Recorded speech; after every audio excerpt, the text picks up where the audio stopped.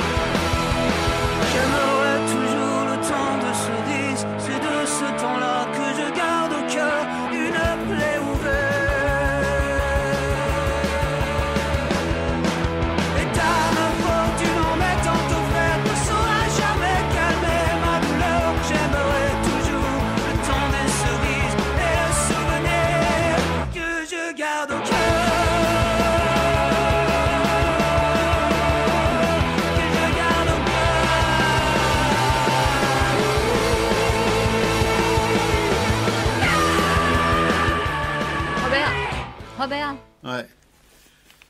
Radio Libertaire, la voix de la Fédération anarchiste, sans Dieu, sans maître, sans pub, à Racaille, pour une émission consacrée aujourd'hui, chers camarades auditrices auditeurs, aux fauves, à Matisse, à Dufy, à Manguin, enfin fauves.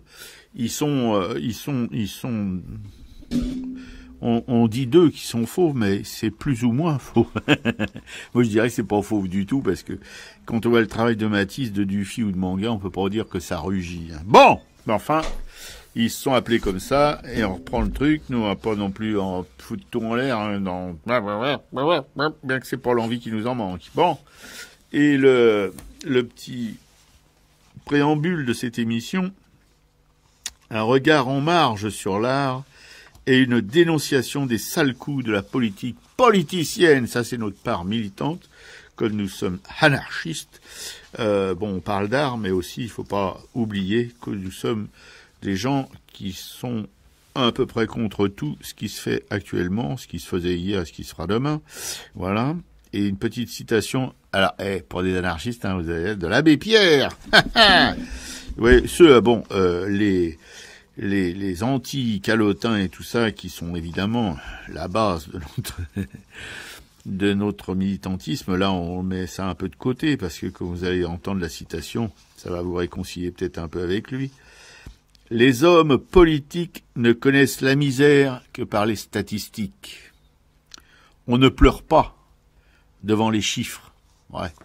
Autrement dit, ce que on rappelle ici assez souvent, en tout cas tous les mardis, c'est que la France est gouvernée, enfin avec 2000 guillemets, par des hommes politiques évidemment, qui ne connaissent de la vie, de la vraie vie, des citoyens qu'ils prétendent diriger, à peu près rien, puisque eux ont passé leur vie dans les cabinets ministériels. Ils ont d'abord l'ENA et Sciences Po, et après ils ont commencé leur carrière, car ce sont des carrières, alors que ça ne devrait pas du tout être des carrières. Ils ont commencé leur carrière dans les ministères comme attaché de cabinet, je sais plus quoi. Enfin bon, il y a des tas de termes ronflants pour ça. Voilà. Donc, qu'est-ce qu'ils connaissent de la vie? Rien du tout. Mais par contre, ils prétendent nous parler de la vie. Voilà. et diriger notre façon de vivre, enfin mettre leur nez partout où il faut pas, en n'ayant aucune connaissance de ce qu'ils font, de quoi ils parlent, et ils pensent pourtant à notre place. Voilà. Voilà, bonjour tout le monde. Moi, je vous rappelle le numéro du studio, le 01 43 71 89 40, pour nous joindre pendant les pauses musicales ou éventuellement à la fin de l'émission. C'est la lutte finale, un combat d'initiés sont les perdants qui gagnent. Nos dames émancipées, les médias sous le roi, mon peuple articulé d'un pantin au long bras. Faut pas venir pleurer. Allons enfants de la patrie, le jour de gloire est terminé. Entre nous deux, la tyrannie sous l'étendard sang élevé. Entendez-vous dans nos campagnes mugir nos pauvres de faim, de froid, qu'ils viennent jusque dans vos bras, pleurer dans nos villes, nos sarcasmes aux armes, etc.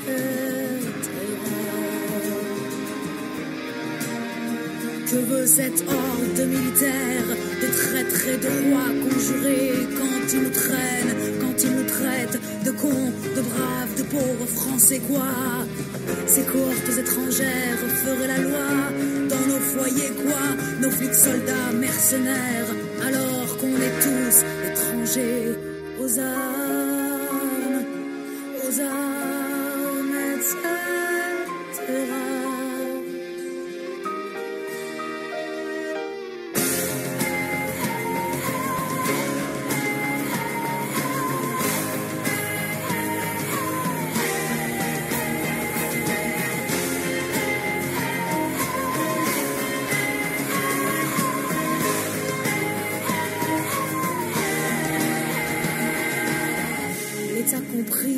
Et la loi triche, l'impôt se rit des malheureux, nul devoir ne s'impose aux riches, le droit du pauvre est un mot creux, des preuves qui se ramassent à l'appel, l'égalité n'existe pas de droit sans devoir, dit-elle, égaux à la naissance parfois, liberté, liberté chérie, ceux qu'on la thune n'ont que l'odeur, amour sacré de la patrie, et la fraternité se meurt.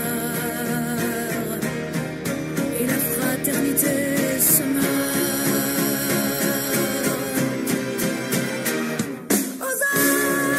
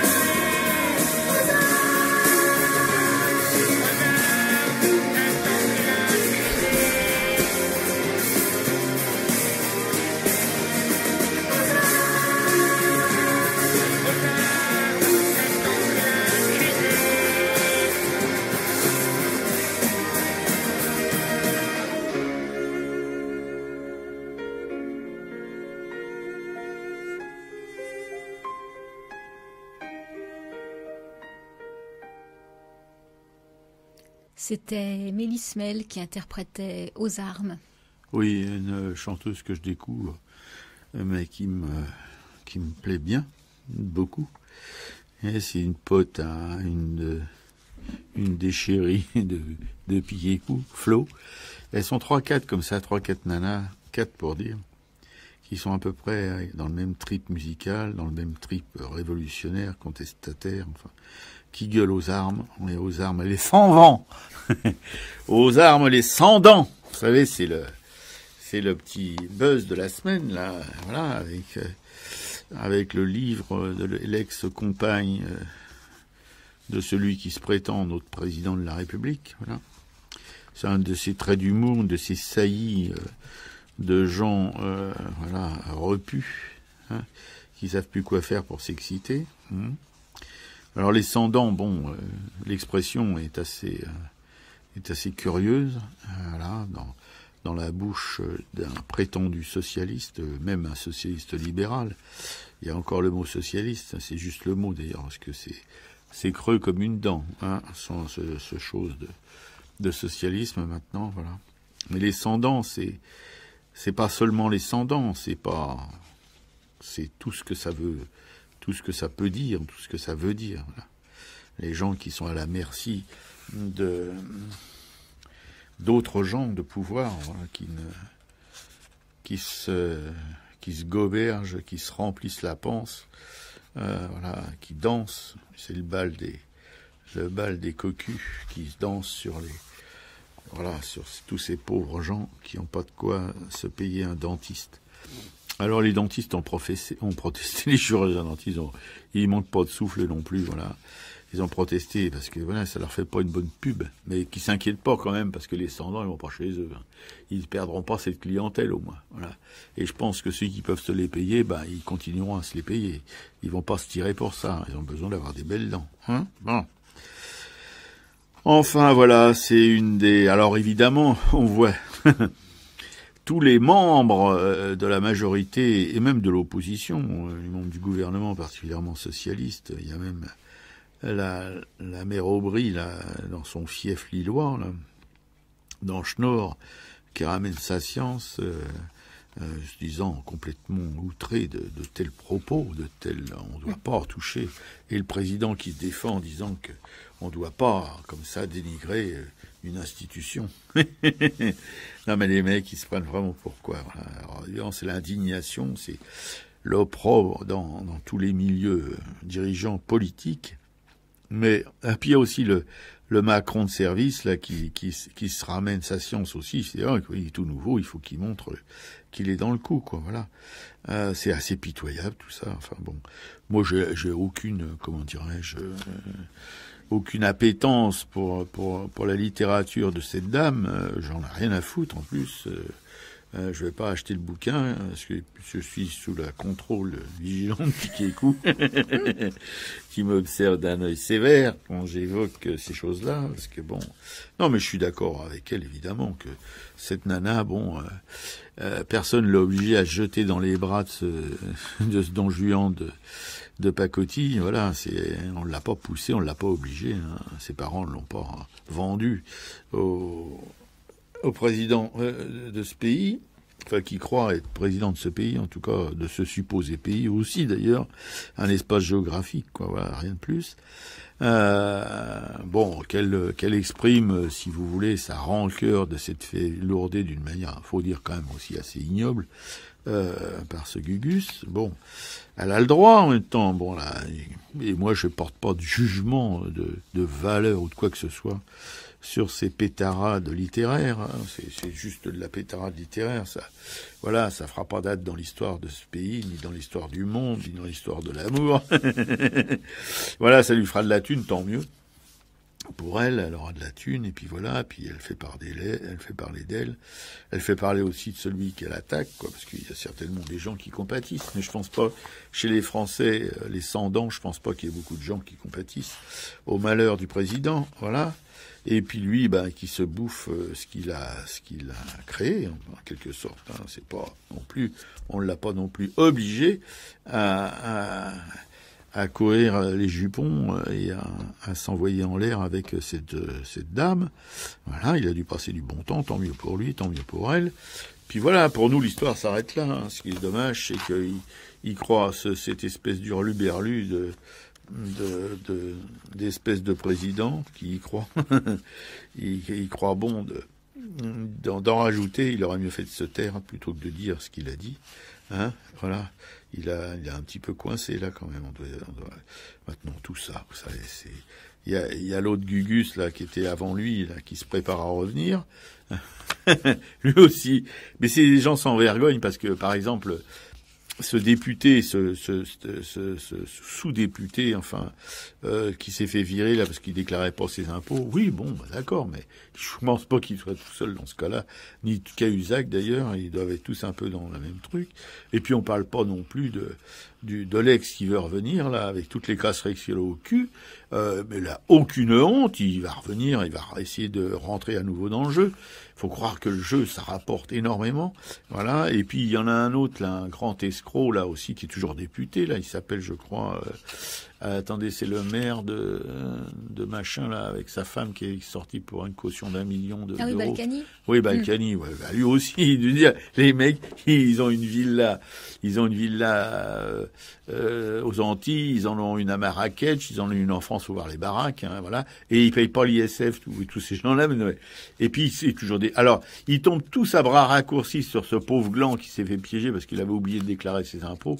Et puis, je vois pas ce qu'il pourrait rapporter vraiment au fisc, hein, bon. Mais c'est le bon moyen de détourner une fois de plus l'attention du bon public. C'est une tête de Turc crevée, voilà. Seulement manque de peau, il a donné sa démission du Parti Socialiste et puis il va continuer comme député. Il a dit, moi, c'est les électeurs qui jugeront la prochaine fois s'ils doivent me réélire ou pas. Bah, je trouve ça tout à fait normal, moi, tout à fait sain. À partir du moment où on rentre dans le jeu, bah pourquoi pas aller jusqu'au bout, hein. Bon, c'est pas nous qui ferons ça, parce que le pouvoir, on s'en tape, et on le combat avec tous les petits moyens qu'on a, voilà. Par exemple, avec cette émission de radio, enfin, ce presse-papier, on dit ce qu'on en pense, que ça plaise ou que ça plaise pas, on s'en tape, c'est ce qu'on en pense, et puis voilà. C'est-à-dire que toutes ces histoires de cul politique, eh bien, bon, bah voilà, ça passe, ça vient, l'histoire de cul, c'est ce qui remplit le monde de joie ou de peine, mais enfin c'est quand même c'est inhérent à la nature humaine ou à la nature tout court, hein. Tous les animaux s'envoient en l'air, tous les hommes aussi, qu'ils soient présidents ou simples OS2 ou OS1 ou même pas, ou sous les minima sociaux, ben ouais, tout le monde s'envoie en l'air et on n'en fait pas des fromages. Voilà, ou un fromage qui va rapporter à celle qui s'est commis en écriture là à propos de son passage à l'Élysée, quelques centaines de milliers d'euros, ben tant mieux pour elle. Ouais. Si le cul rapporte à ce point-là, ben c'est très bien. Ouais. À part ça, bon, Piquet-Cou fait la moue. Alors, il y a peut-être quelque chose à dire. Non, mais bon, moi, Trierre Valeur, c'est pas ma tasse de thé. Je pense qu'elle fait aussi beaucoup de tort aux femmes. Ces femmes qui tombent dans les bras de présidents, qui aiment le luxe et voilà, qui le stupre et les luxures. Voilà, qui sont bien tant que ça leur sourit. Bon, après qu'elles règlent leur compte. Sinon, ce qui est effectivement le plus important à retenir, c'est effectivement tout ce mépris des classes dominantes par rapport aux sans-dents. Et ça, c'est vraiment c'est ça qui est fort. Enfin, oui, parce que ça. C'est vraiment ça le nœud d'histoire, quoi. On est méprisé, les gens pauvres sont méprisés, et c'est bien de le faire savoir. Ouais. Oui, les gens pauvres, ça pue, donc c'est méprisé. Puis le prédécesseur de l'actuel, souvenez-vous de ce qu'il a dit à un pauvre clampin qui voulait pas lui serrer la main. On a quand même le droit de serrer la main à qui on veut. Il n'avait pas insulté, il avait refusé de lui serrer la main, le traiter. Pauvre con, casse-toi, quoi. Ouais, c'était aussi d'une délicatesse et d'un savoir-vivre invraisemblable, quoi, pour un président. Hein, voilà. Et puis ce mec-là, il est invité quand vous pensez que des mecs comme ça, ils sont invités dans le monde entier, pour faire des conférences de quoi, on se le demande, parce que, je sais pas, j'ai jamais entendu Sarkozy dire des choses intelligentes. Hein, peut-être que j'ai loupé tout ce qu'il disait, mais parce que je l'écoutais pas souvent. Mais bon, les peu de fois où j'ai entendu quelque chose de lui ou lu quelque chose de lui, c'était complètement stupide, ridicule, idiot. Enfin bon, voilà. Et ce mec-là, il est payé 100 000 € une conférence dans le monde, quoi. Bon, je veux dire. Hein, bon, voilà, vous voyez où on en est, quoi. Bon. Donc moi je vais parler un peu nucléaire. Voilà. C'est vrai que le nucléaire et ses dégâts sont souvent évoqués à Radio Libertaire. Mais voilà, je voudrais tout de même revenir suite à la lecture d'un dernier numéro de Silence. C'est une revue un peu sur tout ce qui est alternatif et non-violence. Et régulièrement, chaque mois, ils font un petit billet sur Fukushima. Donc là, ils sont revenus sur l'état de santé des enfants et donc l'actualité de cette catastrophe qui avait lieu déjà en mars 2011, c'est-à-dire il y a quand même déjà plus de 3 ans. Donc, d'après une étude réalisée en juin dernier, il apparaît que le taux de maladie de la thyroïde a déjà été multiplié par 40 chez les moins de 18 ans. Et près de la moitié d'entre eux présentent des anomalies précancéreuses et l'évolution s'accélère. Ça, ce sont des résultats obtenus par des examens pratiqués à la demande des parents en dehors des examens officiels. Et le nuage radioactif, ne s'arrêtant pas au tracé d'une région, des enfants de provinces voisines sont maintenant astreints à un suivi médical obligatoire après un examen de la thyroïde. Donc rappelons que la thyroïde est une glande qui contribue à la croissance et au métabolisme énergétique. Les taux de radioactivité sous et dans la mer augmentent. Et depuis avril dernier, TEPCO essaie de congeler 11 000 tonnes d'eau radioactive qui stagnent sous 2 réacteurs. Et malheureusement, cette mesure ne fonctionne pas, l'eau ne fiche pas, soit que le niveau d'eau fluctue trop, ou que l'eau chaude, qui provient du voisinage du cœur en fusion, réchauffe cette eau en permanence. Une part de la nourriture distribuée contribue aussi à l'empoisonnement général. Les autorités japonaises ont relevé les seuils d'interdiction à la vente. Ainsi, le poisson et les légumes venus des zones contaminées ne sont pas jetés. Pour rester rassurant, certains produits transitent par d'autres régions et d'autres étiquetages. La culture du riz a même été à nouveau autorisée avec des travailleurs à qui l'on conseille gentiment de travailler le jour mais de vivre à l'écart la nuit. Le gouvernement envisage même d'exploiter une ferme contrôlée par ordinateur qui pourrait cultiver les terres contaminées sans présence humaine, ce qui ne décontaminera pas la nourriture. En France, ne soyons pas inquiets, de même que le nuage de Tchernobyl s'était arrêté gentiment à la frontière, Ségolène Royal affirme que nous ne sortirons pas du nucléaire et elle ajoute « Je dirais même que c'est grâce à l'énergie nucléaire aujourd'hui, à la sécurité qu'elle apporte, que nous pouvons accélérer et faire sereinement la transition énergétique. » Au même moment, Henri Proglio, qui est l'actuel PDG d'EDF, veut prolonger jusqu'à 50 ans la durée de vie des réacteurs, alors qu'il n'était prévu que pour durer 25 ou 30 ans. C'est une décision qui justifie les investissements monstrueux dans la maintenance de ces réacteurs, des investissements de plusieurs milliards d'euros. Voilà, c'est notre facture par contre qui va moins rigoler, et nous peut-être plus du tout quand un accident finira par arriver. Et Robert évoquait la semaine dernière, à travers les cris d'une enfant, l'expulsion d'une famille arménienne. Dans ce même numéro de Silence, on raconte le sort de Razil Akobian. C'est un Arménien qui a travaillé comme liquidateur durant 2 mois à Tchernobyl. Rentré en Arménie, il a été hospitalisé de nombreuses fois.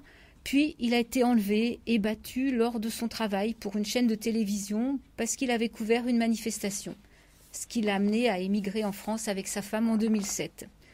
Et en guise de remerciement pour ses services de liquidateur, la préfecture de l'Hérault lui a refusé le droit de séjour en France.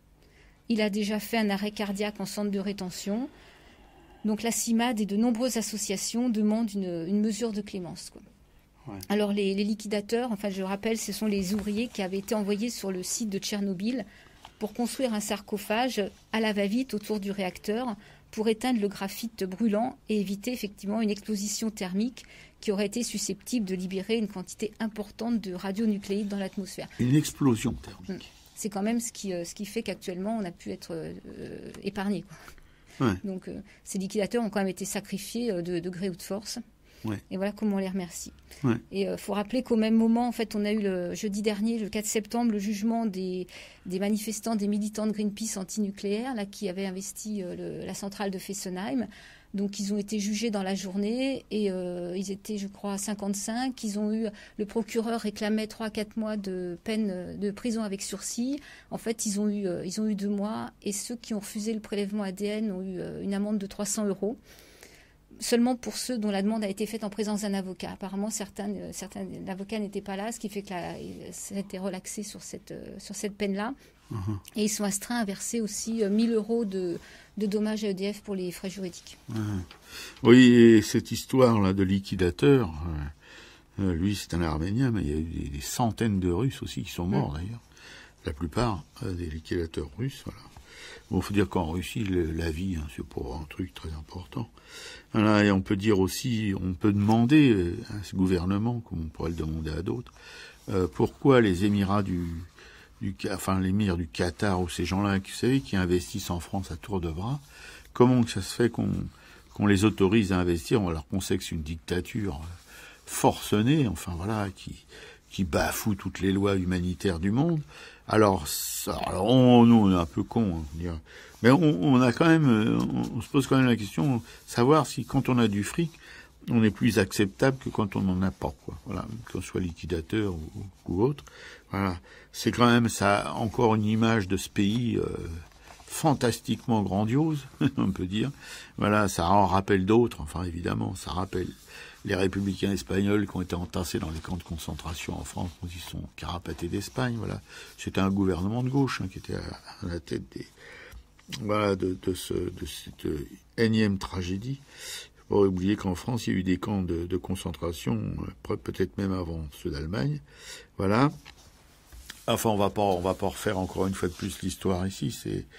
Mais c'est pour quand même souligner que voilà, un liquidateur arménien qui a risqué sa vie pour nous tous, parce que bon, Tchernobyl, on a été concernés aussi.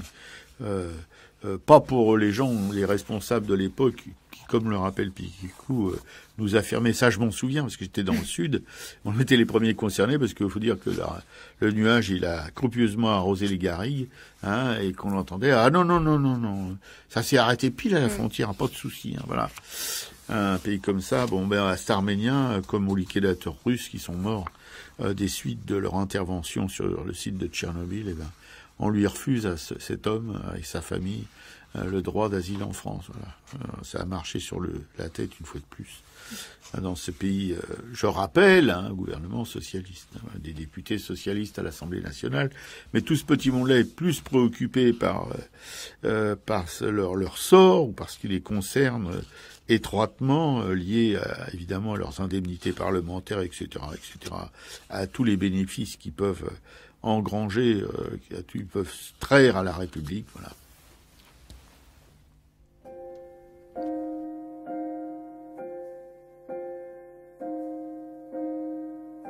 C'est pas Génocidland, changement de décor. La parole est d'argent, mais le silence de mort. C'est pas la fin du monde, c'est la terre qui est foutue. C'est toujours le mensonge, le mieux entretenu. Silence, on meurt. En tout cas, y a comme une odeur. Ça pue comme un fantôme d'enfant, mais bombardé par un nuage. C'est plus qu'un vieillard de 8 ans qui va grandir dans une décharge à la poubelle. Ça fait de l'engrais, y a des déchets qu'on peut jeter. Et si ça tâche comme le souvenir d'une petite vie que rien ne sauve, et si c'est trash comme le sourire d'une petite fille qui devient chauve, c'est la nature qu'on dénature. C'est pas la joie mais c'est le progrès. Sauf que c'est jamais les crevures qu'on laisse crever.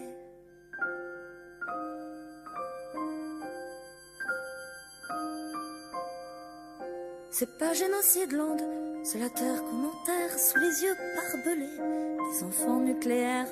Et comme le temps s'efface devant l'éternité, y a des anges d'angoisse et des tombes blindées.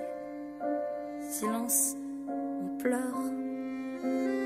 En tout cas, y a comme une odeur. C'est un peu l'odeur du sanglot. C'est le gamin qu'on va laisser pourrir idiot dans un hosto. La vie, des fois, c'est très surfait à la poubelle. Tout est nickel, ça pue dans les bas-fonds du ciel. Ça pue des larmes et du gâchis. La pluie qui tombe goutte à goutte, ça pue l'enfance qu'a pas servi. Y a des déchets qu'on la vie courte, c'est pas grand chose, un gosse difforme, sauf quand il faut lui raconter pourquoi c'est jamais les charognes dans les charniers.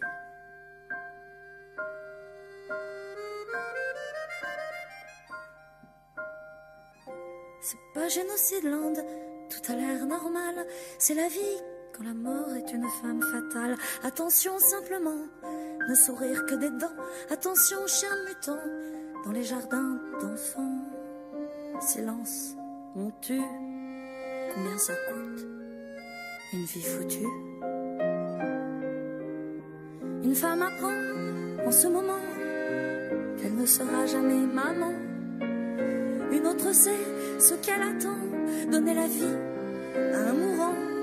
même que le gamin qui va naître, ça lui coûtera les yeux de la tête. Ça fait pas cher du martyr. Y en a combien sur le compteur? Un gosse qui meurt comme il respire. Y a pas d'erreur, ça pue du cœur. C'est la nature qu'on dénature. Planète en feu, poubelle à vendre. Mais ce ne sera jamais les ordures qui se font descendre.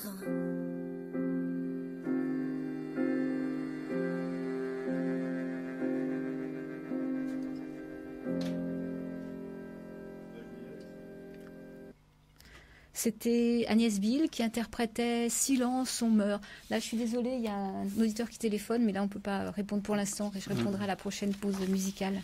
Oui, vous êtes toujours sur Radio Libertaire. Je dis ça pour ceux qui se lèvent. La voix de la Fédération anarchiste, sans Dieu, sans mettre, sans pub, à racaille, pour une émission consacrée aux fauves. Enfin, fauve, hein. C'est un peu exagéré quand même. C'est faux parce que ça évoque l'utilisation qu'il faisait de la couleur. Voilà, c'est en prenant des teintes quasiment primaires, en les mettant côte à côte. Voilà, ce sont le cas de Matisse, c'est le cas de Matisse, c'est le cas de Dufy, c'est le cas de Manga, dont on va vous parler au cours de cette émission. Voilà, ce que vient de vous lire Piquet-Coup concerne, c'est un texte de Matisse sur le fauvisme, un livre que vous pouvez trouver à la librairie Publico si vous le commandez, hein, évidemment. Probablement, je pense. Non ? Ouais, un livre aux éditions Hermann qui coûte 25 €. Voilà. Bon. Qui s'appelle Henri Matisse, écrit et propos sur l'art. Bien.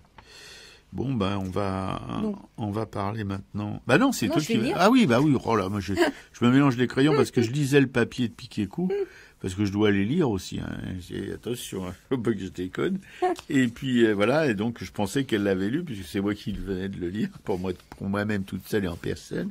Bon ben, Piquet-Coup, à toi le manche. Alors. Donc voilà ce qu'écrit Matisse. En fait, c'est un gros bouquin qui fait 350 pages. Il y a plusieurs entretiens de Matisse avec plusieurs des journalistes, et puis ces textes un peu sur l'art. Donc c'était difficile de choisir un morceau. Donc j'en ai choisi un qui parlait un petit peu du fauvisme, pour être en accord avec cette émission, le thème de cette émission. Je logeais quai Saint-Michel, et le peintre Véry habitait la porte à côté. Il était influencé par les impressionnistes, particulièrement Sisley. Un été, nous sommes allés en Bretagne ensemble, à Belle-Île-en-Mer. En travaillant à ses côtés, je remarquais qu'il obtenait plus de luminosité avec ses couleurs primaires qu'il ne m'était possible d'en obtenir avec ma palette, qui était celle des maîtres anciens. Ceci fut la première étape de mon évolution, et je revins à Paris, libéré de l'influence du Louvre. Je me dirigeais vers la couleur. La quête de la couleur ne m'est pas venue de l'étude d'autres peintures, mais de l'extérieur, c'est-à-dire de la révélation de la lumière dans la nature. À Saint-Tropez, j'ai fait la connaissance de Signac et de Cros, théoriciens du divisionnisme. C'est en leur compagnie que j'ai travaillé à mon tableau La terrasse à Saint-Tropez, qui représente en fait le hangar à canaux de la maison de Signac, la Une.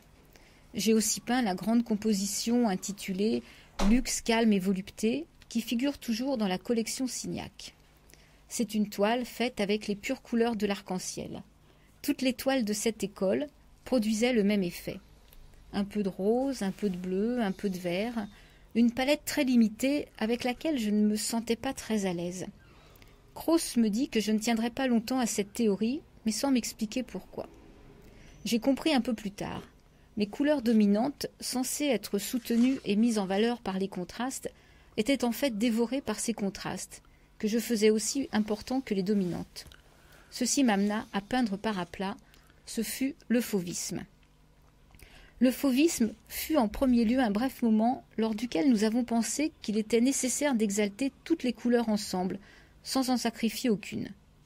Plus tard, nous sommes revenus aux nuances qui nous donnèrent des éléments plus souples que les tons plats et uniformes. L'esthétique des impressionnistes nous paraissait tout aussi insuffisante que la technique du Louvre, et nous voulions aller directement à nos besoins d'expression. L'artiste, encombré de toutes les techniques du passé et du présent, se demanda « Qu'est-ce que je veux ?» Telle fut l'anxiété dominante du fauvisme. En partant de l'intérieur, de lui-même, et en poussant simplement 3 taches de couleur, l'artiste commence de se libérer de ses contraintes. Cette période dura quelque temps, quelques années même. Une fois atteint le point où vous prenez conscience de la qualité de vos désirs, vous commencez de considérer l'objet que vous êtes en train de faire, et il vous faut modifier vos méthodes en sorte de devenir plus intelligible aux autres, ainsi qu'organiser toutes les possibilités que vous avez reconnues en vous-même. L'homme qui a médité sur lui-même un laps de temps revient à la vie avec le sens de la position qu'il peut occuper. Il lui est alors loisible d'agir efficacement. Mon maître Gustave Moreau disait que les maniérismes d'un style se retournent très vite contre lui et que les qualités d'une toile doivent par conséquent être assez fortes pour prévenir tout échec. Ceci me rendit vigilant, surtout ce qui concerne les techniques en apparence extraordinaires. Oui, oui, mais enfin bon, le fauvisme Matisse en a tiré les sons qu'il en a tirés. Elle est pas mal, celle-là. Là, c'est vrai que bon, dans toute cette période, quand il parle des divisionnistes et tout ça, comme Signac et ses potes, moi je suis pas vraiment fan. Bon, c'était là, si vous voulez, la peinture devient tellement technique, tellement cérébrale que bon, elle est vidée de toute sa sensibilité, quoi. Et moi, je suis pas vraiment. Heureusement que des gens comme Matisse, Dufy et Manguin se sont échappés assez vite, voilà, et ont trouvé leur propre moyen d'expression, qui est beaucoup plus intéressant que toutes ces théories appliquées du divisionnisme, du pom-pom-pim, pom-pom-pom-pom-pom. Voilà, c'est. Moi, je pense que voilà, je reviens un petit peu sur parce que pendant longtemps je conchiais Matisse, surtout lui, et puis Dufy et Manguin. J'avais une indifférence assez marquée à leur endroit comme à leur envers. Mais non, je reviens parce que justement il y a cette fraîcheur. À côté, les peintures impressionnistes paraissent un peu lourdingues, quoi. Voilà, les empattements sont un peu. Voilà. Alors là. C'est léger comme des aquarelles, quoi. Il y a une espèce de fluidité dans la technique qui est assez émouvante et qui peut toucher, quoi. Il y a quand même de la sensibilité.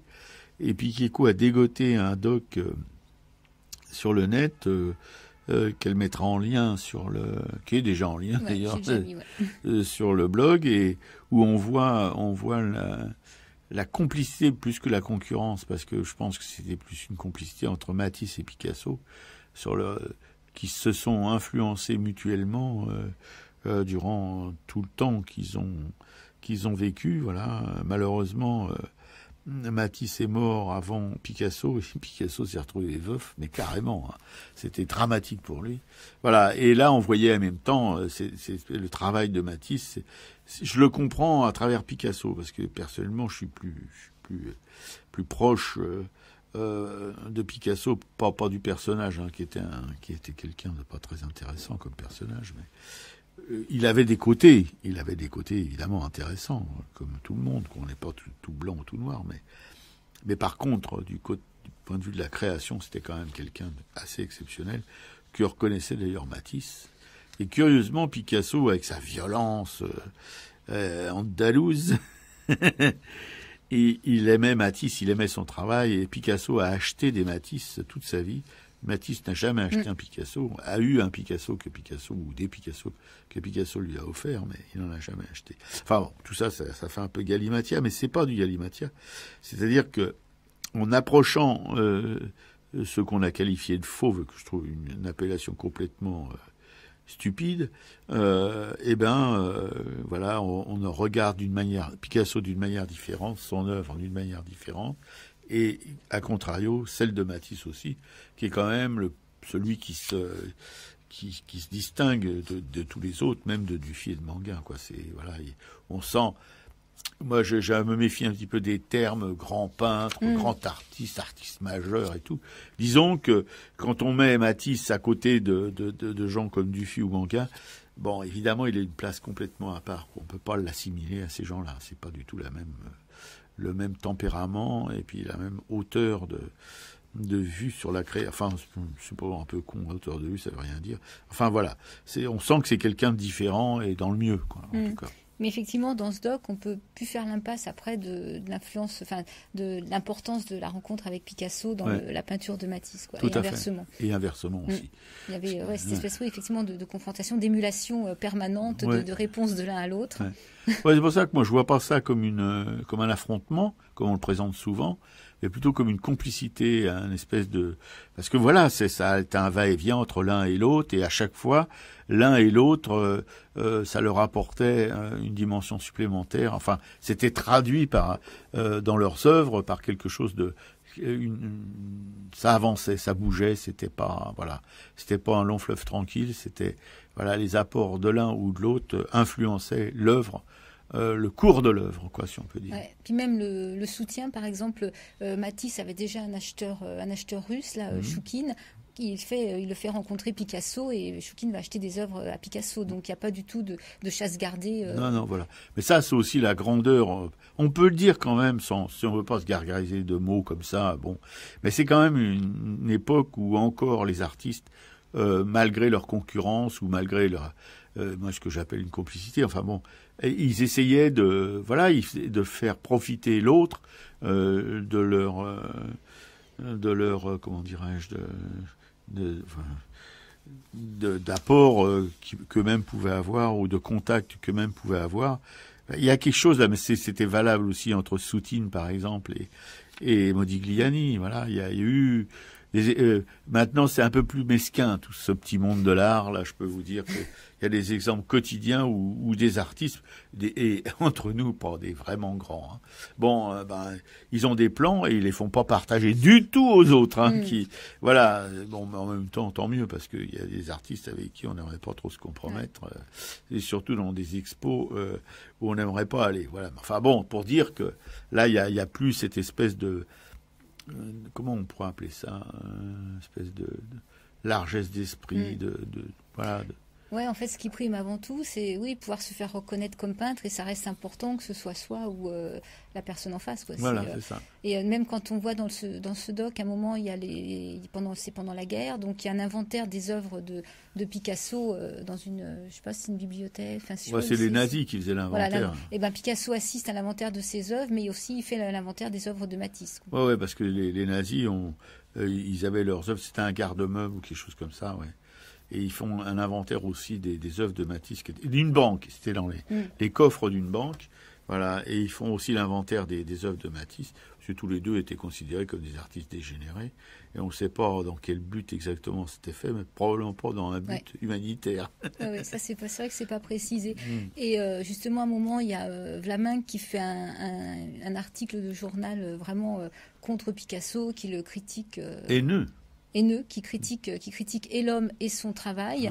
Et là, Matisse s'offusque aussi de cet article, quoi. Et surtout, c'est au moment où il y a ce fameux voyage en Allemagne de tous ces artistes. Où il y a eu ce voyage en Allemagne. Ouais, c'est une prise de position courageuse de la part de Matisse, puisque d'être bien avec les Allemands, c'était pas vraiment leur truc à Picasso et à Matisse, qui sont d'ailleurs les deux seuls grands artistes. Alors, on emploie le terme grand. De cette époque à être restés en France, et tous les autres se sont tirés allègrement ailleurs, après avoir fait allégeance au Troisième Reich. Ils se sont tous retrouvés plus ou moins en Amérique ou dans des coins comme ça, intouchables, tandis que Picasso est resté à Paris. Matisse était un peu plus confort dans le sud, en zone non occupée, mais bon, il est resté quand même parce qu'après il était occupé. Mais Picasso, lui, est resté à Paris. En essayant le plus possible d'éviter les boches, mais en subissant aussi, comme tous les Parisiens, les restrictions de nourriture, etc. Il y a une photo, on le voit dans son atelier, qui est des Grands Augustins, en train de se peler le cul, malgré qu'il a un poil qui faisait 1,50 m de haut. Mais bon, il fallait mettre des trucs, il fallait mettre du charbon dans le poil, et puis à ce moment-là, ça courait pas les rues, quoi, voilà. Donc c'est des mecs, enfin en tout cas Picasso, à Paris, parce que Matisse dans le sud, il était assez confort, mais Picasso à Paris, qu'est les Grands Augustins, c'est pas confort du tout, voilà.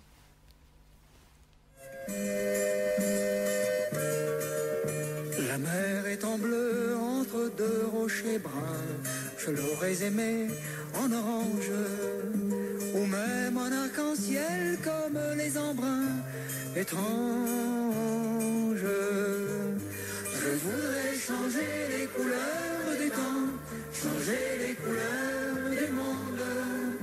Le soleil, le vent, la rose des vents, le sang sous tournera marron. et l'eau d'une larme, et tout l'océan qui gronde. J'ai brossé les rues et les bancs, paré les villes de rubans, peint la tour Eiffel, rose chère, marié le métro à la mer. Le ciel est de fer entre deux cheminées, je l'aurais aimé violine, ou même en arc-en-ciel comme les fumées de Chine. Je voudrais changer les couleurs du temps, changer les couleurs du monde. Le soleil, le vent, la rose des vents, le sang se tournera ma ronde, et l'eau d'une larme, et tout l'océan qui gronde. Je suis de toutes les couleurs, et surtout de celle qui pleure. La couleur que je porte, c'est surtout celle qu'on veut effacer.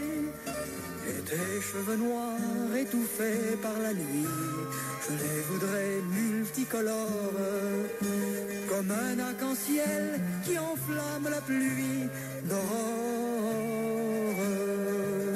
Je voudrais changer les couleurs du temps, changer les couleurs du monde. Les mots que j'entends seront éclatants, et nous danserons une ronde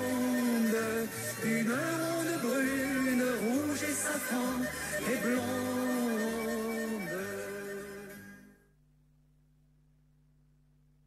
C'était Guy Béard qui interprétait Les couleurs du temps. Sur Radio Libertaire, la voix de la Fédération anarchiste, sans Dieu, sans maître, sans pub. Vous écoutez l'émission Araka, une émission consacrée à l'art. Et ce matin, on disserte sur les fauves. Ouais. Mathis Dufy-Manguin, oui. Ouais, excuse-moi. Je voulais juste m'excuser auprès de l'auditrice là qui me demandait ce qu'on pouvait aller voir comme peinture à Paris. J'ai pas eu le temps de continuer à raconter à terminer ce que je lui disais, et remercier Philou qui nous a téléphoné tout à l'heure pour nous soutenir. Oui, mais cette auditrice qui demande ce qu'on peut voir comme peinture à Paris, si elle est à Paris, écoutez, il y a le Louvre, il y a Orsay, il y a le musée Gustave Moreau, il y en a d'autres. Il y a le musée de l'histoire juive au Marais, il y a des galeries rue de Seine, il y a des galeries sur la rive gauche. Ouais, je lui conseillais la galerie Claude Bernard. On oui, avait vu voilà, du Paul Roberol quand même. Tout à fait, oui, la galerie Claude Bernard, oui. Et puis voilà, il y a à Paris, là, c'est pas Vierzon, hein, c'est Paris, quoi. Voilà, il y a quand même des choses à voir. Encore maintenant, pour combien de temps, on sait pas, mais plus les salons, les foires de l'art et compagnie, voilà. Donc c'est, oui, non, mais il y a des choses à voir à Paris. Hein. Nous, on pourra pas vous dire beaucoup plus que il n'y a pas d'expo en ce moment sur les gens dont on parle, Matisse, Raoul Dufy et Manguin, mais bon, il y a quand même, si vous avez envie d'en voir, vous allez à Orsay, ouais, et vous en voyez. Ouais, voilà. C'est ça. Ouais. Je lui ai conseillé d'aller à Orsay. Bon, ben voilà.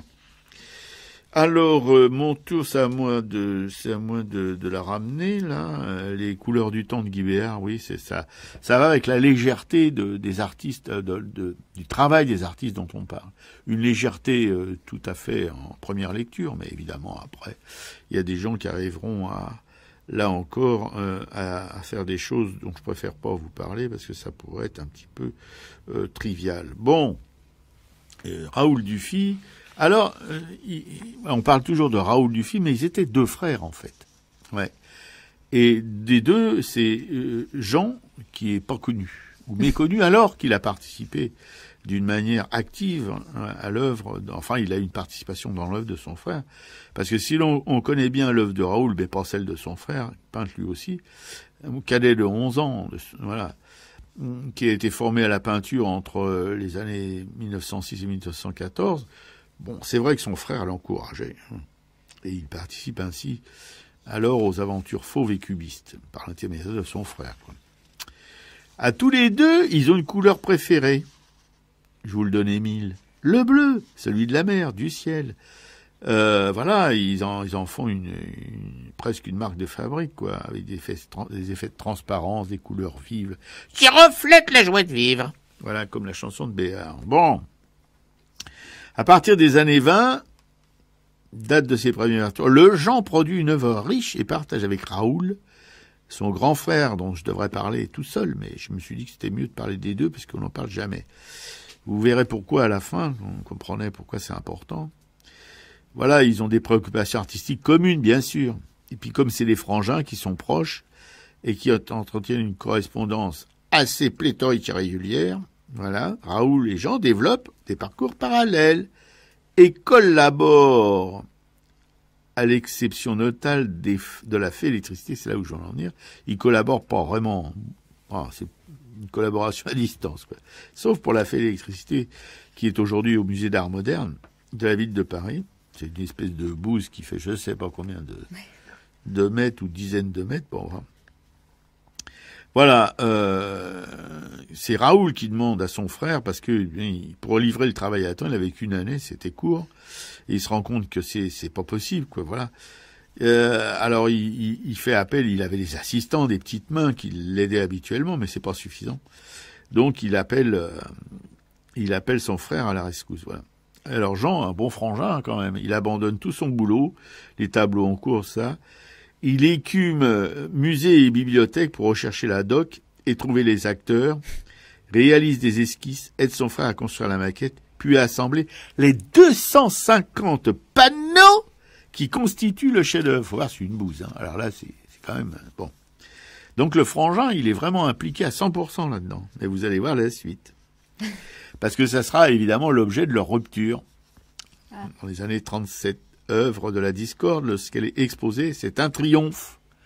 Et ce salopard de Raoul Dufy ne prononcera pas un seul mot, vous entendez, c'est honteux, hein, un seul mot pour remercier publiquement son frère. Ça, c'est vraiment dégueulasse. Voilà, il a pris plein pot tout le triomphe qu'on a fait à son œuvre, quoi. Voilà. Alors, pourtant, chacun d'eux, écoutez bien, je dis bien chacun d'eux, fait à peu près 2500 tableaux dans sa vie d'artiste, en fait 5000 à tous les deux, c'est pas mal. Structurés en série, traitant de thèmes plaisants, oui, on voit bien que c'est pas Guernica leur truc, hein. De thèmes plaisants, rendus par un sens de la couleur auquel on les identifie l'un et l'autre. Voilà, c'est donc deux frangins qui ont quand même été très proches même par la facture, hein, parce qu'il n'y a pas que bon. Voilà, on aurait pu vraiment les confondre, hein.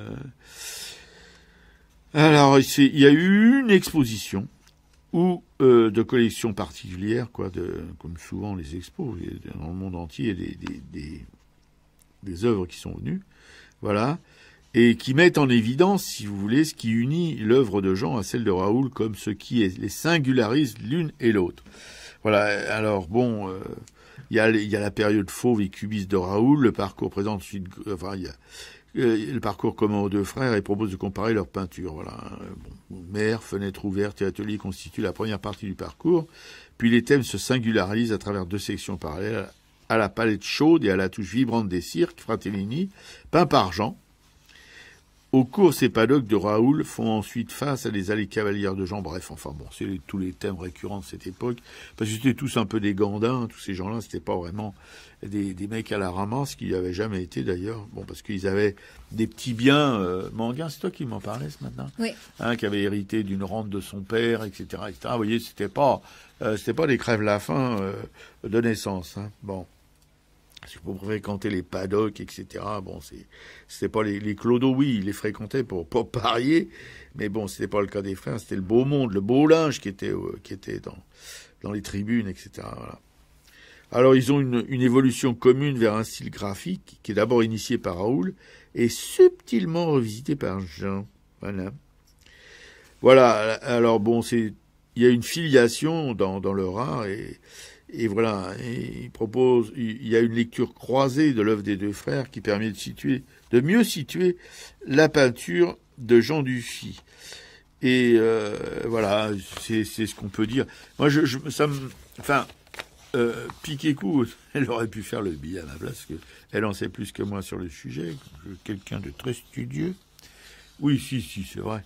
Mais bon, moi, ça m'ennuyait un petit peu d'encore faire une tartine sur un mec, Alors quand j'ai découvert parce que c'est une découverte un peu moi aussi, qu'il avait un frangin, et que le frangin, dans le fond, il avait eu la mauvaise place, quoi, parce qu'il était son cadet déjà, mais il semblerait qu'il avait un talent au moins aussi intéressant que son frère aîné. Et puis ce que j'ai trouvé particulièrement dégueulasse, comme quoi les artistes, hein, c'est des êtres humains avant tout, c'est que le frangin, il s'était défoncé, il avait abandonné son travail pour aider son frère à faire ce grand panneau sur la fée électricité qui est au musée d'art moderne, et que l'autre, le frangin, Raoul, bah voilà, c'est comme ça dans l'art aussi, hein. Et bien quand il a eu un triomphe lors du vernissage de cette œuvre, et il a même pas dit un petit mot pour son frangin, sans lequel il aurait peut-être pas pu finir ce truc à temps, voilà, et qui aurait peut-être pas été aussi intéressant. Voilà, c'est ça aussi l'art, hein, voilà. Alors on vous a, Pico vous a parlé de Matisse et Picasso, qui eux, c'est un autre niveau de mon point de vue, et qui sont joyeusement concurrencés toute leur vie, qui ont joué au ping-pong avec leurs œuvres, voilà. Mais là, il y a quelque chose là-dedans d'assez stimulant, d'assez gratifiant pour nous. Quand j'ai découvert ce frère de Dufy, je vous dis qu'il y a un travail qui est très proche de son frère d'ailleurs. Moi, je serais comme Béotien, je serais peut-être pas capable de savoir s'il n'y avait pas la signature qui est qui. Voilà. Eh bien, il y a le frangin qui a tiré les marrons du feu pour lui, de la postérité en tout cas, et le pauvre Jean, bah lui, et gros Jean comme devant. Ouais, parce que là, je suis sur la page du musée d'art moderne, effectivement, donc sur la page consacrée à cette salle de la fée électricité, Raoul Dufy est le seul à être mentionné. Hein. Voilà, c'est ça. Alors que c'est vraiment son frère qui a été à 100% avec lui, qui a fait tout le boulot le plus ingrat, quoi. Et puis, bah voilà. Entre frangins aussi, on peut être des francs salopards. Ça, j'en connais des choses, j'en ai des sérieux. Hein. Voilà. Oui, parce qu'on est donc dans le pays catalan où tous ces gens-là, je pense que Manga a vécu là-bas une bonne partie de sa vie, c'est acheter une petite maison. Voilà. Pour dire aussi Pichard-Talet, on peut pas dire que ce soit la gravité incarnée, parce qu'il a une légèreté qui va bien avec la peinture de Dufy. Et puis aussi avec celle de Matisse, et puis aussi avec celle de Manga. Enfin bon, ça pourrait être interchangeable tout ça. Voilà. Alors, tout de suite, sur Radio Libertaire, la voix de la Fédération anarchiste, sans Dieu, sans mettre sans pub, à Racaille, qui vous parle des fauves, Matisse, Dufy, Manga. Et tout de suite, notre camarade Pichaitou va vous causer dans le poste d'Henri Matisse, et croyez-moi, elle en connaît un rayon. Ouais, je sais pas si j'en connais un rayon, mais en tout cas, on a un auditeur qui en connaît un rayon, Robert, parce qu'il vient d'appeler en nous précisant qu'il y avait une galerie à Paris, rue de la Boétie, qui était entièrement consacrée à Jean Dufy. Oh là là, dis donc. Alors là, ah bah oui, c'est vachement intéressant. Donc Merci, cher auditeur. Bon, vous pouvez répéter? Donc, il y a une galerie à Paris, il n'avait pas le numéro, mais c'est rue de la Boétie, c'est une galerie consacrée au travail de Jean Dufy. Ah bah voilà. Bah voilà, madame l'auditrice, hein. Voilà, c'est là qu'il faut aller tout de suite. Tout de suite. Bah nous, on ira peut-être aussi d'ailleurs. Bah oui, oui, oui. Quoi qu'on a le chose de l'électricité là au musée d'art moderne. Bon. Mais je crois que la salle est fermée. Là, il me semble avoir vu sur le site qu'elle était momentanément fermée, la salle. D'accord. Donc voilà, moi j'ai parlé un petit peu de Matisse. Alors, je sens par la couleur, disait Matisse, c'est par elle que ma toile sera toujours organisée. Je me dis parfois après une belle journée qu'il me serait agréable d'aller faire une petite promenade, d'aller voir Rouault ou Bonnard. Mais je pense à la couleur qui sécherait sur ma toile. Je suis enchaînée à l'ouvrage et si je m'en éloigne, me voilà dévorée de remords. J'ai fait corps avec la peinture. Donc Henri Matisse, qui est né en 1869, n'aurait pu ne jamais être le peintre qu'il est devenu s'il n'avait fait dans sa vie quelques rencontres décisives. Son père le destine à une carrière juridique. Il vient à Paris passer une capacité en droit. Et il s'intéresse tellement peu à la peinture qu'en une année, il ne visite ni le Louvre, ni aucun autre musée parisien. Puis il rentre à Saint-Quentin, dans sa province natale, travailler comme clerc d'avoué. Et puis c'est à 20 ans, alors qu'il est alité suite à une crise d'appendicite, qu'il découvre le plaisir de peindre, imitant son voisin de chambre qui faisait des copies de chromos. Donc à la sortie de l'hôpital, il s'inscrit à des cours de dessin qu'il va suivre le matin avant d'aller prendre son poste de clerc. Puis en fait, il va finir par abandonner ce travail et il part en 1891 pour Paris, puis il s'inscrit à l'école des Beaux-Arts. Puis en 1895, il s'inscrit au cours dans l'atelier de Gustave Moreau, qui est la deuxième rencontre importante qu'il va faire. Et c'est là qu'il rencontre Rouault, Manguin, Camoin, Albert Marquet. Gustave Moreau est un pédagogue remarquable qui sait enflammer ses élèves, leur faire chercher, révéler leur personnalité, plutôt que d'imposer son point de vue professeur. Matisse fut sensible au discours de Gustave Moreau, qui lui disait que le but de la couleur n'est pas de reproduire le réel, mais qu'elle doit au contraire l'interpréter de façon à toucher non seulement l'œil, mais aussi le cerveau. Et Gustave Moreau insistait sur l'évocation de la pensée par l'arabesque et les moyens plastiques. Et il dit à Matisse « Vous allez simplifier la peinture ». Et il conseillait aussi à ses élèves de ne pas se contenter d'aller dans les musées, mais aussi de descendre dans la rue. Et c'est ce que firent Matisse et Marquet. Ils s'essayaient à dessiner la silhouette des passants et à trouver ce qu'il y a de caractéristique dans un geste ou une attitude. Alors un peintre qui a largement influencé Matisse, c'est Paul Cézanne. Paul Cézanne donc, qui a peint Les Trois Baigneuses, et c'est un tableau que Matisse a acheté, il considérait que cette composition était très dense et très complète, comme de première importance. Donc il fait l'acquisition en 1899 de ce tableau chez Ambroise Vollard. Et en fait, il fallut même attendre ce don de Matisse en 1936 pour qu'une composition avec baigneuse entre dans un musée d'Europe occidentale. Et dans ces moments de doute, Matisse pensait à Cézanne pour se rassurer, en pensant que si Cézanne avait raison, lui-même avait raison, et il savait que Cézanne ne s'était pas trompé. Et en fait, il voyait dans ses œuvres des lois d'architecture bien utiles à un jeune peintre, et il allait jusqu'à dire que c'était leur maître à tous, même si la magie de la couleur était encore à trouver. Et d'ailleurs, Picasso admirait aussi beaucoup Cézanne et avait cette même, en disant que c'était aussi le maître de tout le monde. Et c'est au Salon d'automne, donc de 1905, donc dans cette salle 7, où l'on avait regroupé les œuvres se démarquant des autres par l'emploi de couleurs vives, éclatées par taches ou alors posées en aplat, qu'est né ce mouvement fauvisme. Étaient exposés donc Camoin, Derain, Matisse, Manguin, Marquet, Vlaminck, Van Dongen. Et puis au centre de cette salle colorée se trouvait un buste de facture traditionnelle. Et c'est le critique Louis Vauxel qui aurait dit « c'est Donatello chez les fauves ».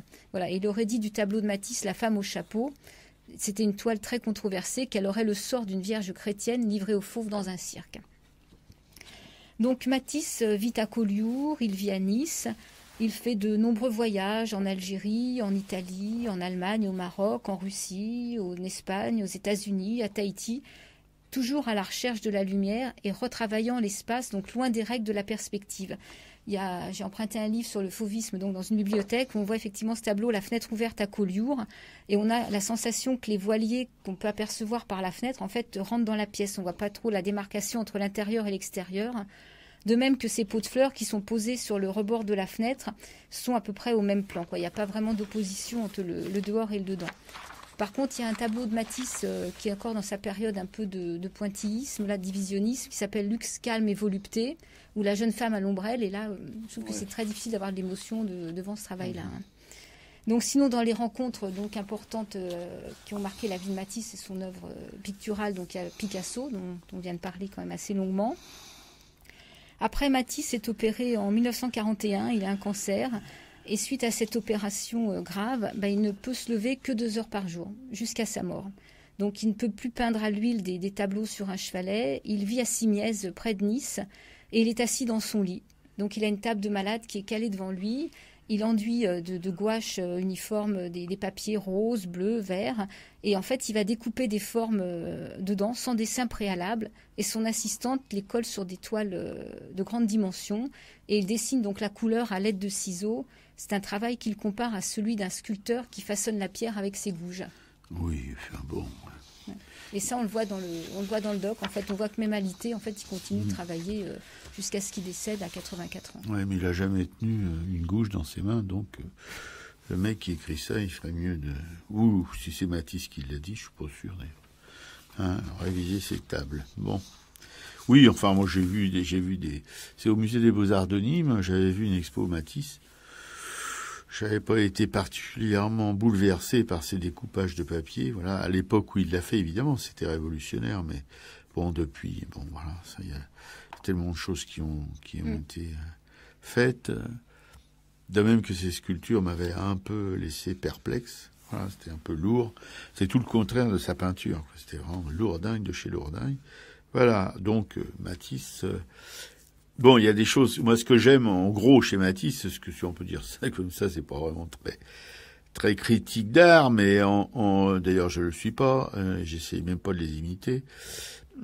C'était Matisse, on peut l'aimer pour sa peinture légère, très colorée, etc., etc.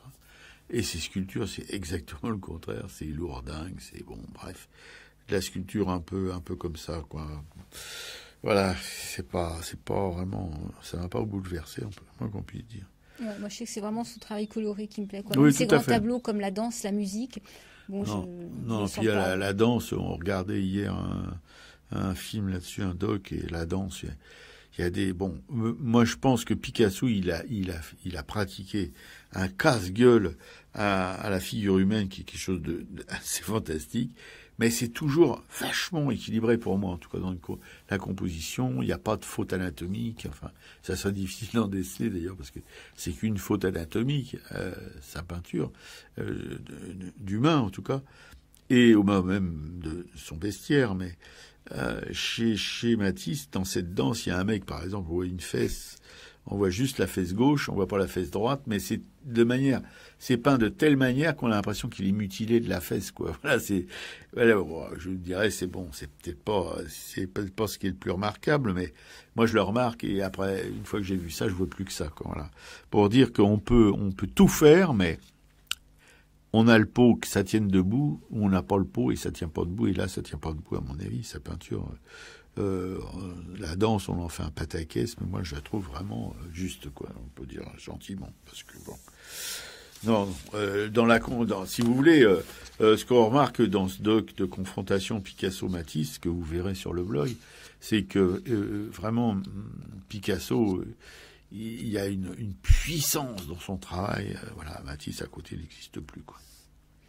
Ouais. N'a pas l'air content. Non, je suis d'accord, mais en fait, ce qu'on voit aussi, c'est qu'à chaque fois, Picasso repart sur des tableaux de Matisse. En fait, il part de là quand même, quoi. Même si effectivement, il en fait quelque chose de beaucoup plus fort. Il a quand même besoin de cette stimulation. Non, tout à fait, oui, bien sûr.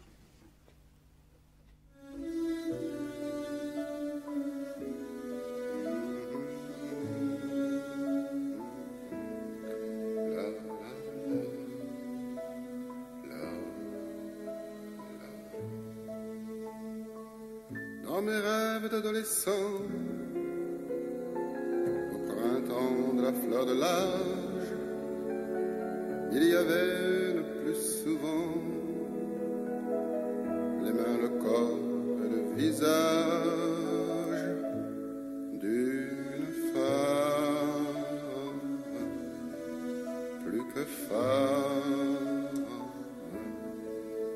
d'une femme.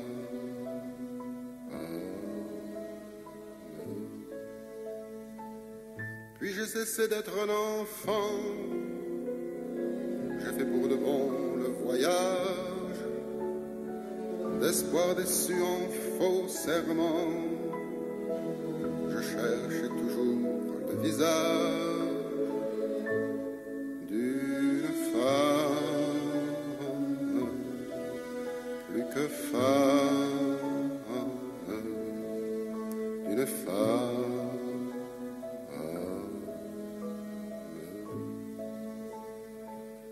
Je me promène au fil des ans, et si j'ai changé de langage, je suis fidèle au premier temps,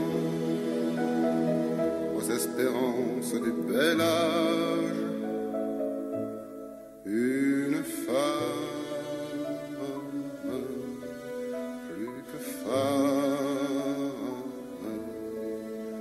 une femme.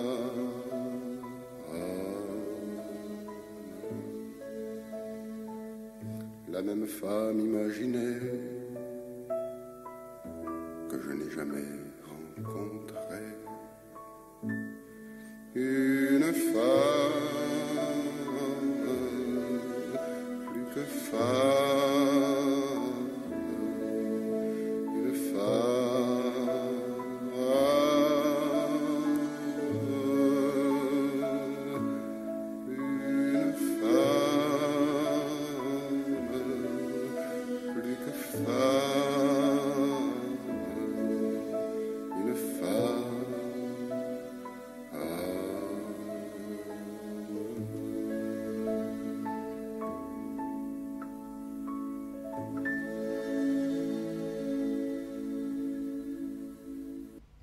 C'était une femme interprétée par Charles Dumont. Oui, une femme dans cette chanson, puisque ces trois peintres, évidemment, leur sujet favori, c'était surtout la femme. Voilà, qui peignait, repeignait. C'est Henri Manguin qui n'a pas toute sa vie sa femme ou... Oui, c'est lui, oui, voilà. Oui, en fait, c'était son principal modèle. Voilà, c'est ça. Et puis, du coup, elle était toute esbaudie. Et elle aime beaucoup, justement, ce peintre pour aussi cette espèce d'idylle invraisemblable entre lui et son modèle, qui était sa femme, qu'il a peint nu, mais partout. Non, voilà. Il est né dans les années 70, et il est mort à Saint-Tropez à la fin des années 40, voilà, dans sa maison de Loustalais. Et il aura été l'un des principaux créateurs du fauvisme en France, du fauvisme français, pardon, en 1905. Oui, tout ça, c'est très arbitraire, c'est l'histoire de l'art, c'est les critiques qui font leur blabla habituel, quoi, voilà. Tout ça, ça se décide pas comme ça sur le coin d'une table, hein, c'est des choses qui se font malgré les artistes, par de véreux, comme on pourrait dire. Voilà. Mais c'est quelqu'un qui a lui aussi fréquenté l'atelier de Gustave Moreau. On en parlait encore ce matin en venant ici, et au bistrot, je pense, l'artiste, on boit notre café tous les mardis matin, hein, avec nos tartines beurrées, les petits bourges. Et voilà, et je répète, puis écoute, est complètement bluffé par sa vie matrimoniale, quoi. Une femme. Il y a quelques artistes comme ça qui ont été fidèles, qui sont le contraire de Picasso. La plupart, comme Matisse aussi, Gustave Moreau aussi, mais lui il n'était pas marié, mais enfin il avait une maîtresse, comme on dit, une concubine qu'il a eue toute sa vie, voilà. Et il se mariait pas pour pas faire de la peine à un moment. Et Rouault, tous ces gens-là, enfin, mais en tout cas, Manguin aussi, voilà, il a fréquenté l'atelier de Gustave Moreau. Où il se lie évidemment avec Marquet, avec Matisse, avec Puy, avec Rouault. Voilà, les élèves, des élèves qui étaient mais vraiment aux antipodes de la vision de Rouault de la peinture, mais c'est un grand pédagogue qui a su comprendre ces jeunes gens, enfin, et les encourager dans leur voie, alors que c'était à des années-lumière de son propre travail, voilà. Ça, on n'insistera jamais assez. Si vous voulez, on doit à Gustave Moreau, qui a son musée à Paris, c'est sa maison atelier, qui est devenue un musée d'État. Voilà, vous pouvez aller voir son œuvre, c'est passionnant, parce que c'est tous les stades de l'œuvre, du dessin jusqu'à la réalisation finale. Il y a des œuvres à moitié achevées, des œuvres en cours. On voit vraiment, c'est une leçon, je répète toujours la même chose, mais c'est une leçon de peinture. Et c'est lui qui a enseigné à ces grands de l'art moderne. Voilà, et ça, pour ça, on lui doit vraiment une dette énorme. Enfin, si on peut appeler ça une dette. En fait, on lui doit rien, mais bon, on peut se dire qu'on lui doit quand même quelque chose. Voilà, il se marie avec cette Jeanne Carrette, dont il aura 3 enfants. Et ça, puis elles font là. Voilà, et ils vivront toute leur vie ensemble, donc justement, voilà. Au début des années 1900, il découvre Saint-Tropez, et c'est là qu'il se lie avec Signac, qui a posé son sac de marin là-bas, quoi. Voilà. Il expose au Salon d'automne aux États-Unis, à la Biennale de Venise. Et Ambroise Vollard, tenez-vous bien, qui est un grand marchand d'art à l'époque, lui achète d'un coup 150 tableaux. Ouais. Alors ça, c'est le rêve de tous les rapinos, de vous dire. Hein. Tous les matins, ils se réveillent, le rapinos, de base. Et il pense qu'il y a Ambroise Vollard qui va frapper à lui de son atelier misérable. D'ailleurs, toi, c'est pour ça que tu n'ouvres jamais, t'as peur de tomber en face de lui. Oui, c'est ça. J'ai une espèce de truc comme ça, j'ai toujours peur que ce soit Vollard, alors donc j'ouvre pas. Voilà. Et il se lie avec Henri Edmond Cros au cours d'une expo particulière à la Galerie de Bruyères, toujours au début des années 1900. Avant 1910. Il voyage en Italie, il expose à Zurich, à Bucarest, bon, comme les grandes dames du music hall. Miss Tinguette, elle devait faire ça aussi, Sarah Bernard, bon, pareil. Toujours avant 1910, il s'installe à Neuilly et participe à une expo du groupe en Russie. Bon, Ça nous dit pas grand-chose, on aurait dû piocher un peu ces trucs-là, enfin, voilà. Ou j'aurais dû. Il séjourne à Honfleur, chez Félix Vallotton, un autre bourgeois de la peinture, où il rencontre des collectionneurs suisses, les Hans Zlauser. Il se fixe l'été à Sonnery, bah voyons. Non.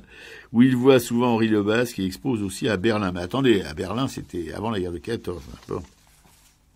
C'était pas avant la dernière, où il y a tous ces glands là, d'artistes modernes qui sont allés à l'invitation du Troisième Reich.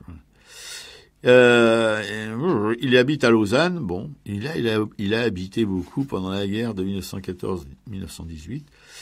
Et puis, au début des années 20, il participe au projet du futur musée de l'Annonciade à Saint-Tropez. Il expose à la galerie Bing en 1927 et à la galerie Eugène Druet, qui ferme en 1938 et dont son fils rachète les invendus. Et les mangas en détruira 8. Ouais, il n'a pas égalé le record de Rouault, qui en a détruit plus de 300. Voilà. Et puis il expose dans le monde entier. Oui, bon, d'accord, c'était un petit peu... Maintenant, ça n'existe plus, ces trucs-là. Il loue un atelier à Avignon en 42, pauvre. Pourquoi il est allé à Avignon, je me demande. Il meurt en 49, donc à Saint-Tropez. Et bon, il y a eu des expositions posthumes de son œuvre dans les années 50, voilà. Ça, c'est Henri-Charles Manguin, donc un peintre aussi, un fauve. Une peinture légère aussi, le Sud. Alors, est-ce que c'est le Sud qui a fait que toute cette bande de fauves ou autres post-impressionnistes ont fait des couleurs aussi vives, aussi des peintures aussi légères, enjouées. Enfin, c'est la joie de vivre, hein, y a pas de doute. Mais en même temps, c'était des mecs qui n'avaient pas connu la galère, quoi, tous des gens. Ouais. Voilà, c'est pas les Van Gogh, c'est pas les Matisse, les Maudits ou les le pote de Matisse là, le pote de Modigliani, Soutine, bah, c'est pas des gens comme ça, ou même Utrio, les gens comme ça. Non, eux c'était des pourvus, on peut dire. Et c'est peut-être pour ça aussi que leur peinture est aussi joyeuse, quoi, parce que bon, ça laisse, même chez Cézanne, Cézanne non plus était fils de banquier, mais Cézanne c'était autre chose. Il a eu une reconnaissance très tardive de son œuvre, et donc ça l'a pas franchement rendu joyeux, parce que bon, lui il n'avait pas à se battre contre la misère, mais il avait à se battre contre l'incompréhension de ses contemporains. Donc ça rend aussi les choses un peu moins faciles, quoi. Voilà. Et là, tu disais que tu étais parti à Lausanne. Alors justement, ce que j'avais un petit peu lu, c'est que lui avait réussi à travailler quand même en Suisse, où les paysages sont quand même moins lumineux que dans le sud de la France, et que Cézanne avait fait un jour un voyage avec sa femme justement dans le Jura suisse, et que lui avait été incapable de travailler à Lausanne. Ah, ça m'étonne pas. En Suisse. Celui, c'est un vrai Provençal. Les autres, c'est des Provençals d'importation, ou des Provençaux d'importation, ou Méditerranéens d'importation. Cézanne, il était né à Aix, c'était quand même un pur produit de la Provence. Son père était italien, banquier, comme je le rappelle encore une fois. Mais bon, oui, mais ça je peux comprendre. J'ai vécu 25 ans en Provence et je veux dire que ça marque terriblement, quoi. Un coup de Mistral, et c'est la première fois là-bas que j'ai vu la peau humaine. Je l'ai vu d'une manière complètement différente. J'ai vu toutes les couleurs qu'il y a dans les peintures de Cézanne quand il fait des portraits ou de gens comme ça, où on voit les visages qui sont bleus, qui sont etc. Mais c'est comme ça. Oui. Après un jour de Mistral, vous voyez ça. Absolument, les couleurs sont tout à fait différentes parce que l'air est pur, il y a plus de pollution, plus rien. Ça a été balayé par le vent et là tout devient différent. Voilà. Bon, bah, on vous a fait une petite revue de tous ces artistes du Sud, enfin, qui sont établis dans le Sud, et leur point commun, évidemment, c'est la couleur, les couleurs qu'on peut voir dans le Sud, quoi, qu'on voit pas forcément en Artois.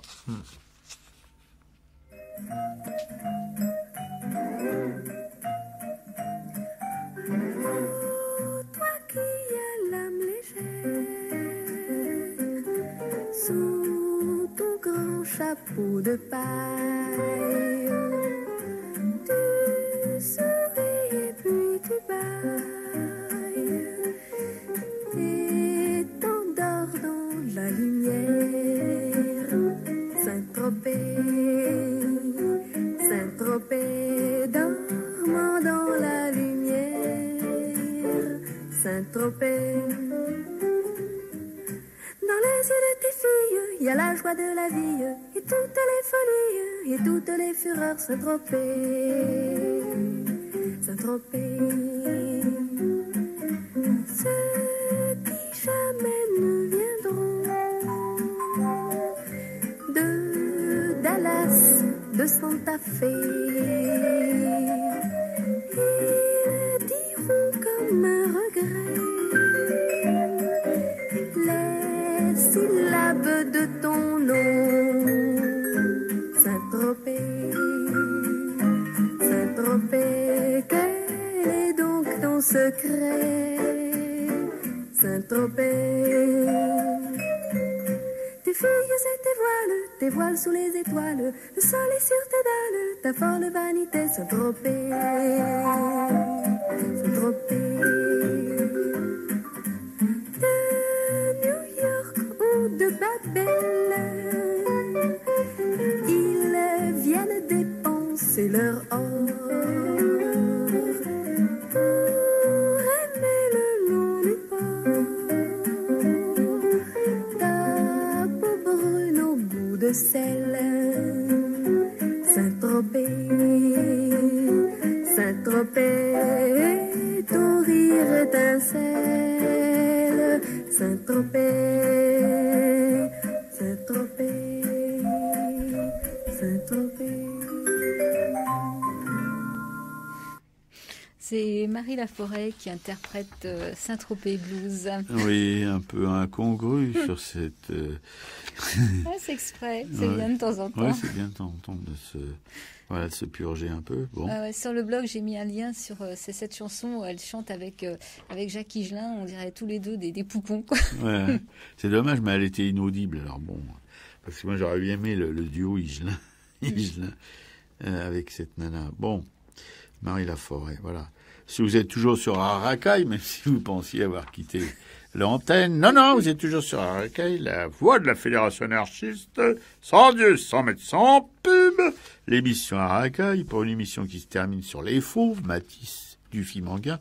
On espère que ça vous donnera un nouvel éclairage sur ces personnages et que ça vous donnera peut-être l'envie de vous bouger pour aller un peu voir leurs œuvres, comme nous a dit un auditeur, c'est rue... Alors, il parlait de la rue de la Boétie. Moi, par contre, j'ai trouvé une autre galerie. Alors, je ne sais pas si c'est la même. C'est la galerie Jacques Bailly, qui est rue du Faubourg Saint-Honoré. Donc, c'est dans le même Oui, c'est pas quartier. très loin. Ouais. Donc, là, apparemment, sur Internet, ils disent bien que Jacques Bailly est expert du pain de Jean Dufy. Donc, c'est probablement cette galerie-là. Oui, d'accord, voilà. Bien, et puis, évidemment, vous avez toujours Orsay, où là, il y a tout ce qu'il vous faut. Et tout de suite, notre piquet-coup... va vous causer des émissions, des expos à ne pas manquer. Alors, les expos à pas manquer. On a eu un petit mail de la galerie qu'on aime bien, la galerie L'Œil Ouvert, qui est 74 rue François Miron, dans le 4e arrondissement.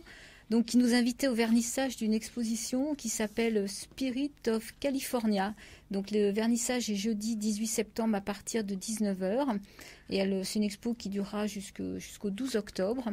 Et donc, à l'occasion de cette exposition, L'Œil Ouvert propose un workshop avec l'artiste californien Eric Riweitzer le samedi 20 septembre entre 15h et 17h. Et à cette occasion-là, il y a une initiation possible à la linogravure. Créez et repartez avec votre tirage. Voilà, il y a des inscriptions possibles sur le site internet. Ouais. Et une deuxième exposition, j'ai eu l'occasion de passer pas loin des Moutiers la semaine dernière. Donc à l'Espace Rebérol, il y a une exposition Ernest Pignon-Ernest qui est jusqu'au 30 novembre 2014. Une exposition qui s'intitule Hors les murs. Donc voilà, hors les murs de son atelier, voilà le chemin inattendu emprunté depuis plus de 4 décennies par cet artiste hors du commun qui bouleverse des règles bien établies et les conventions qui régissent le monde de l'art depuis des siècles. Ouais, je vous conseille vivement de faire le déplacement si vous avez du temps, si vous êtes retraité par exemple, vous avez un jour de congé, c'est d'aller à Émoutier parce que vraiment c'est un petit village, un petit trou du cul du monde mais bien sympathique, ouais. Et où il y a cet espace Rebérol qui est devenu, pour nous en tout cas, un espace assez mythique. Ouais, les œuvres de Rebérol. En plus, à Émoutier, le samedi matin, il y a un petit marché très sympa. En plein centre du village, il y a le marché des producteurs locaux. Non, c'est pas un village, c'est un bourg. Bon. Oui, non, mais un village quand même, non. pas exagérer, un En village. tout cas, ce petit marché, il y a tous les produits locaux, donc on peut trouver des myrtilles, des fruits et des légumes bio, il y a pas mal de petits producteurs, il y a des fromages de chèvre, de vache, enfin, c'est un petit bonheur. Oui, un village, quoi, ou un hameau, on peut parler de Faux-la-Montagne, mais quand même, Émoutier, non? Je mets la musique alors? Ben On fait les oui, œuvres mais après. enfin, D'accord. ça veut dire, enfin, qu'est-ce qu'il Bon. y a du relâchement, il y a du Non, mot c'est comme ça, la d'accordéonner, musique hein. de fin, on va prévenir les auditeurs qu'après, quand même, tu parleras des œuvres de l'AFA Oui.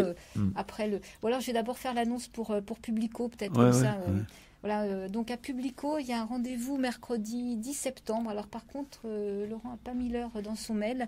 Je pense que c'est le soir, parce que c'est une rencontre et débat avec Alain Brossat autour de son ouvrage « Peut-on parler avec l'ennemi ?» Donc voilà, ce livre s'interroge sur le statut de l'inimitié politique dans les sociétés contemporaines, en proposant une traversée de différentes figures dans lesquelles est posée la question de la relation avec l'ennemi, des pratiques de l'inimitié. L'ouvrage tente de faire revenir dans la réflexion politique contemporaine cette question lancinante: sous quelles conditions et à quelle fin pouvons-nous parler avec nos ennemis, ou devons-nous nous abstenir de le faire? Voilà, ça c'est mercredi 10. Il y a un deuxième rendez-vous vendredi 12 septembre à 19h30. C'est une soirée vidéo, donc projection et débat autour de la réédition du livre « Ma guerre d'Espagne à moi. Une femme à la tête d'une colonne au combat ». Un ouvrage écrit par Mika Etchebeer. Ok. Merci Dominique.